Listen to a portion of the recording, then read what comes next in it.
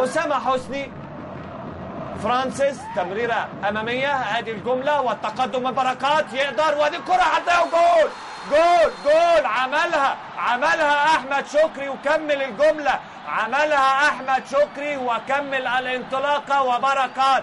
بركات نجم الشباك وملك الحركات، وتمريرة سحرية يلمسها أحمد شكري ويضع الهدف الأول في أحداث هذا اللقاء، والهدف الثالث في سجل شكري في مشاركاته مع النادي الأهلي علشان يفتتح التسجيل وتسعد الجماهير.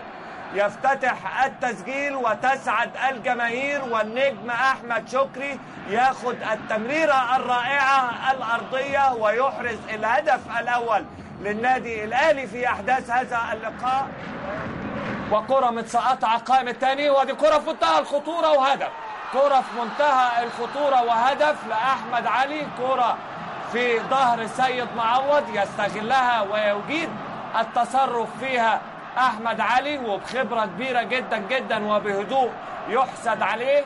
لحظة مقابلة شريف إكرامي ثبته وعملها تشيبنج كده من فوق شريف إكرامي علشان تتعدل النتيجة مشاهدينا الكرام، ويصبح التعادل الإيجابي 1-1، وأحمد علي بيصل بالنادي الإسماعيلي بالهدف الأول في هذا اللقاء.